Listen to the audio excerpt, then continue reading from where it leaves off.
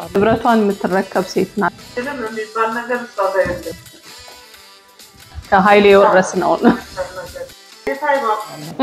አሜን ወይ ውድ ቤተሰቦቼ እንኳን ደህና መጣችሁ ወደ ዘመናዊት ዛሬም በአዲስ ቪዲዮ ከተፍ ያለው ሰላም ነው ብዬ አስባለሁ እኔ ጋር እግዚአብሔር ይመስገን በጣም ደህና ነኝ መቼም ብዙዎቻችሁ የምታውቁኝ በመስጋና ነው አይደል ቃልዬ ስታመሰግኝ ደስ ይለናል ትሉኛላችሁ ይሄንን ድንቅ አምላክ እንዴት ሳላመሰግነው ኖራለሁ እኔ ያረገልኝን እንግዲህ ሰሞኑን ያሳየኋችሁ ነው እግዚአብሔር ይመስገን ተነግሮ አያልቅለትምና በተለይ ደግሞ እንደኔ አይነት ሴት ብዙ ነገሮቿን ገበናዋን ቤቷን ሙልትልት አድርጎ ሲያኖራት ከተመስገን በላይ ምን አላት አይደለ አንዳንዴ ግን እንደኔ አይነት ሴት ስትሆኑ በተለይ የልጆቻችሁ ኃላፊነት ብዙ ነገር ሲሆን የልባችሁን የሆዳችሁን ያስማረት ተለምዳላችሁና ሁሉ ጥቂት ሳይሆን ብዙ ማድጋ ተዋሺ ዘይቱንም በማድጎቹ ሁሉ ጨምሪ ሱም ሄደሽ ዘይቱን በመሸጥ እዳሽን ክፈይ የተረፈውም ለአንቺና ለልጆችሽ መተዳደሪያ ይሁን አላት እና ሁሌ ስለራሴ ሳስብ ይሄ ጥቅስ ትዝ ይለኛል መጽሐፍ ቅዱስ ላይ ያነበብኩት ልጆቿን ይዛ ተቸግራ ግራ ገብቷት የእግዚአብሔር ሰውን ኤልሳን ያናገረችው ሴት ትዛለኝና በራን ዘጋግታ ማድጋሽን ሙይ ያላት ነገርና በዘይት ትርፍርፍ አድርጎ ወጣ ለመሸጥ የወጣችውን ሴት ነው የሚያስታውሰኝና መልካም አምላክ ስሙ ቅዱስ የሆነውን አምላክ ስትይዙ ከሱ አልፎ ስማችሁን አድሶ ጥሩ ነገር ይሰጣችኋልና ጥሩ ስም ደግሞ ከመልካም ሽቶ ይበልጣል ይባላል አይደለም እና እንግዲህ ዘንድሮ ያልገባውበት ቦታ የለም እግዚአብሔር ደግሞ ሲባርክ በብዙ ነገር ይባርካልና ብዙ እንግዲህ ማወራችሁ ነገር አለ ስለ ንግድ እንግዲህ ጀማምሬላችኋለሁ ብዙ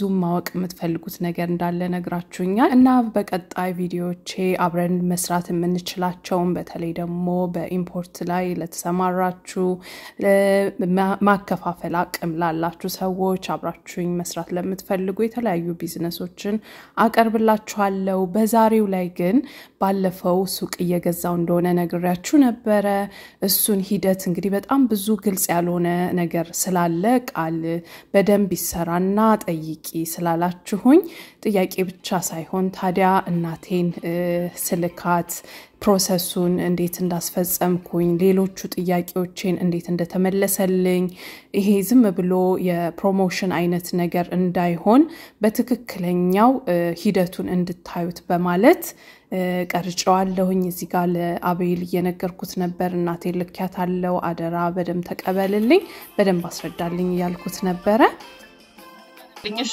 እነሱ ይጨርሱታል ምንም ችግር የለውም እንዴት ነሽ ደህና ነሽ ወይ እንዴት ከረምሽ ያው ዛሬ ረፍት ስለሆነን እኔና ምርዬ ተያይዘን ቤት ሁለት ክፍል ከሆነ አንዱን ለምርዬ እንግዲህ ንግድ ነገሬ ከየት እንደመጣ ታውቃላችሁ እናቴ አባቴ አያቴ ልበላችሁ የነጋዴ ቤተሰብ ነው እንግዲህ እናቴን ኮስተር በይና ተደራደሪ ገዢ አይስቅም ብያት ልክያት እንዴት እንደሆነች እንስማት ቤት ነው ሰላም ነው ወይ ይቃልላት ነው ተጠብቆት ነበር ታሪፍ ይበሉ ሰላም ነው ሰላም ናችሁ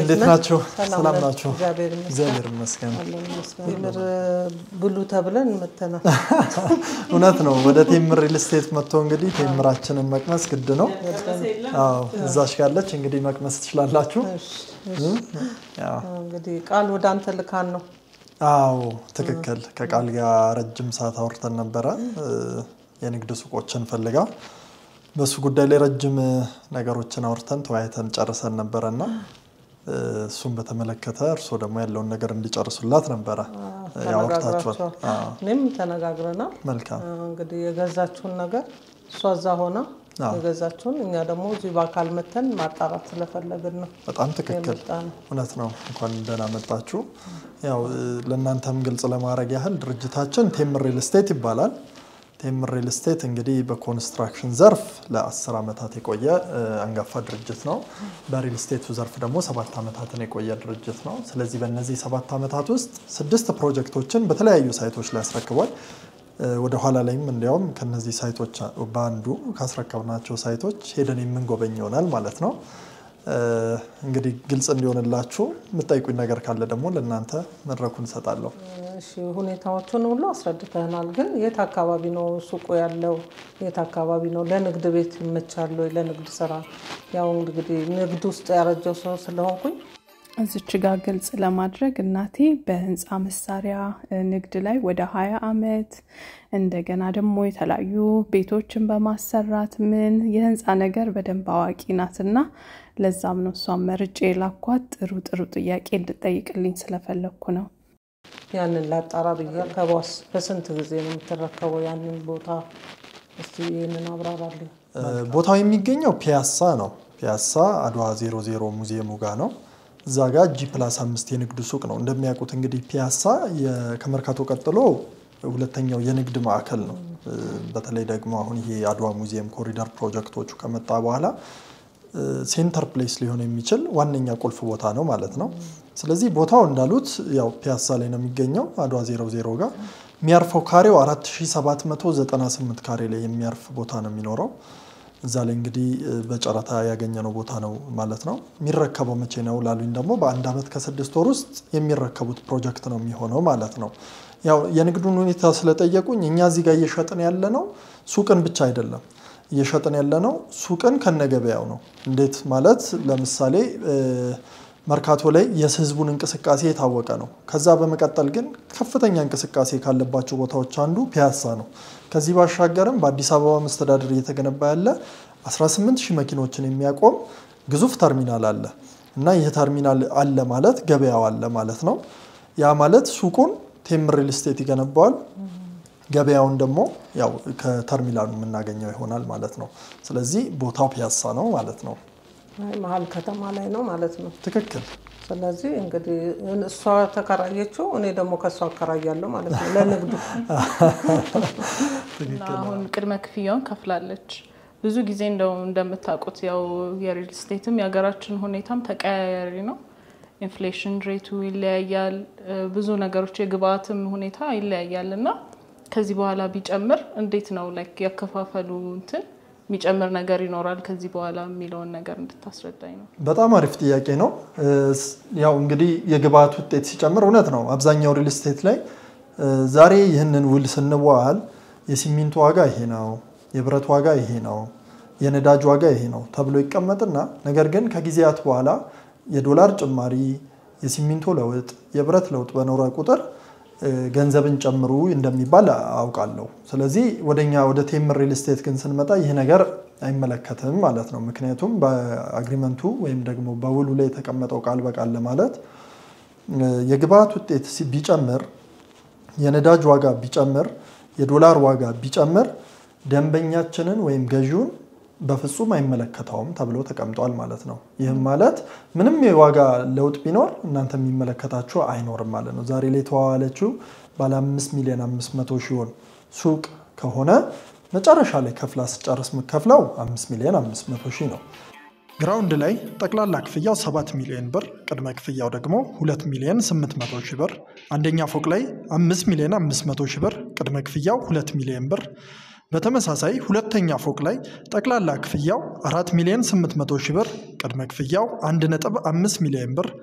ሶስተኛ ፎቅ ላይ ጠቅላላ ክፍያው 4,200,000 ብር፣ ቅድመ ክፍያው 1,200,000 ብር። አራተኛና አምስተኛ ፎቅ ላይ አንድ አይነት ዋጋ ያላቸው ሲሆን ጠቅላላ ክፍያው 3,900,000 ብር፣ ቅድመ ክፍያው ደግሞ 900,000 ብር ይሆናል ማለት ነው።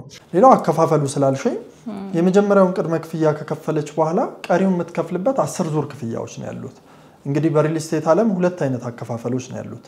አንደኛው የሚሆነው ግብይቱን በጊዜ መከፋፈል ሲሆን ወይም ደግሞ ክፍያውን በጊዜ መከፋፈል ሲሆን፣ ሁለተኛው ደግሞ ፔመንት ባይ ፕሮግረስ ወይም ደግሞ በሂደት በግንባታው ሂደት መከፋፈል የሚለው ነው። ስለዚህ እኛ የምንከተለው የግንባታው ሂደትን እያዩ የሚከፍሉበት ስርዓት ነው።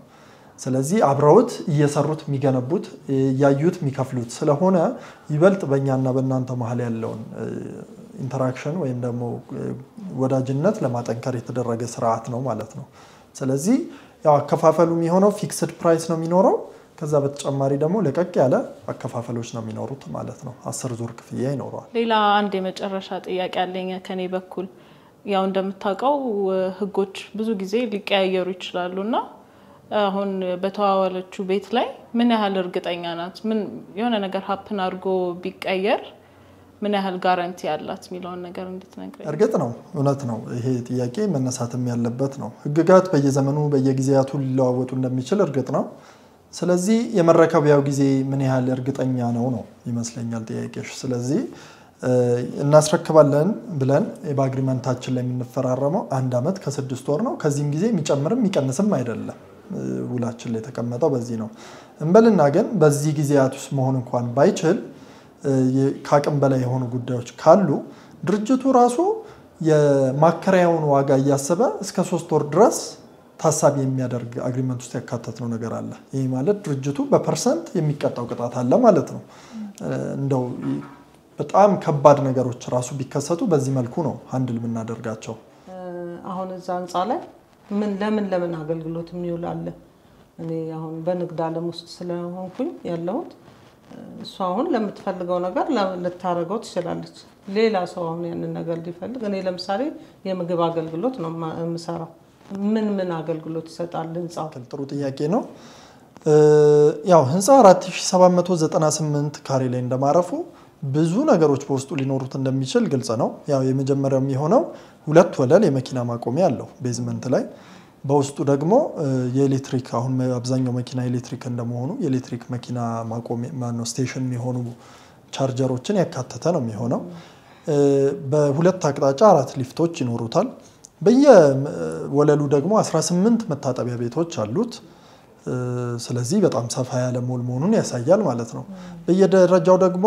ተንቀሳቃሽ ደረጃዎችን ያካተተ ሞል ነው የሚሆነው በቂ የውሃ አቅርቦት እንዲኖር ደግሞ ዋተር ሪዘርቬር አለው ከዚህ በተጨማሪ የቆሻሻ ማስወገጃም ስርዓቱ ዘመናዊ ሆነ ተደርጎ የተሰራለት ነው የሚሆነውና እኚህ ነገሮች ያካተተ ነው እንደው መብራት እንኳን አልጠፋ ብለን እንዳንሰጋ ደግሞ ባካፕ ጀነሬተር እንዲሁ ያካተተ ነው የሚሆነው ከሱ ፊት ለፊት ያው ተርሚናልም ስለሚገኝ እዛው ኤሪያውም ላይ ደግሞ ሌላ የመኪና ማቆሚያም እንደመኖሩ ግብይቱ ጥሩ ይሆናል ስለዚህ ያ ደግሞ ለምን አገልግሎት ይሆናል የሚለው ለየትኛውም የንግድ አገልግሎቶች መዋል ይችላል ለወርቅ ቤቶች ለሞባይል ቤቶች ለቡቲኮች ለሽፎን ቤቶች ለሬስቶራንቶች ለባንኮች ያው እንደየስፋታቸው መጠን እንደወሰዱት መጠን ከአንድ ሱቅ በላይ ለሚወስዱም ለተለያየ አገልግሎት እንደስፋቱ ማድረግ ይችላሉ ማለት ነው እርሶም የቃልናት በወደዱት መልኩ ንግድ ሱቆን መጠቀም ይችላሉ ከዛ በተጨማሪ ደግሞ እንደው አከራይቼም ልጠቀምበት የሚሉት ከሆነ እዛ ቦታው ላይ በጣም ተፈላጊ እንደመሆኑ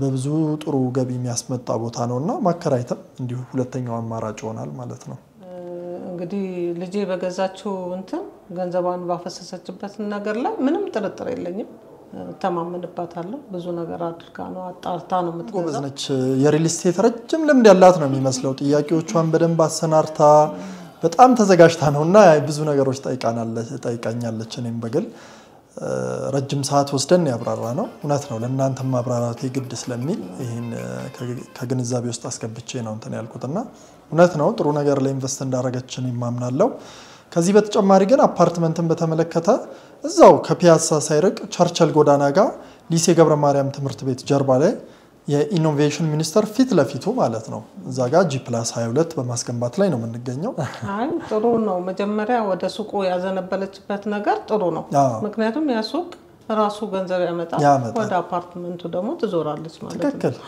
አፓርትመንቱን በተመለከተ ያው ፒያሳ ጋር ይሄ ቸርችል ጎዳና ጋር የሚገኝ ፕሮጀክታችን ነው ስለዚህ እንደምትመለከቱት ነው G+22 ነውና እዚህ ርዝማኔ በውስጡ የሚያካትተው ነገር በደንብ ነግራችኋለሁ ማለት ነው አሁን ይሄ አፓርትመንት 4 ሊፍቶች ይኖሩታል 2 ወለል የመኪና ማቆሚያ ወደ ታች ቤዝመንት ይኖረዋል ከዛ ባሻገር ደግሞ 2 ወደ ላይ ደግሞ ፖዲየም የሆነ የመኪና ማቆሚያ ይኖረዋል ማለት ነው በዚህ አፓርትመንት ውስጥ ያው ብዙ አይነት ፋሲሊቲዎችን ያሟላ ነው 4 ሊፍቶች ይኖሩታል ከዚህ በተጨማሪ ደግሞ ሁለት ወለልም የመኪና ማቆሚያ ቤዝመንት ይኖረዋል ሁለት ደግሞ ወደ ላይ ፖዲየም የመኪና ማቆሚያ ይኖረዋል ማለት ነው እዚህ ላይ ከባለ አንድ መኝታ እስከ ባለ 3 መኝታ ርዝማኔ ያላቸው አፓርትመንቶች ነው ማነው ስፋት ያላቸው አፓርትመንቶች ነው የሚሆኑት ትንሹ ካሬ 66 ካሬ ነው እሱ ባለ አንድ መኝታው ሲሆን ትልቁ ካሬው ደግሞ 142 ካሬ ያ ደግሞ ባለ 3 መኝታ ነው ማለት ነው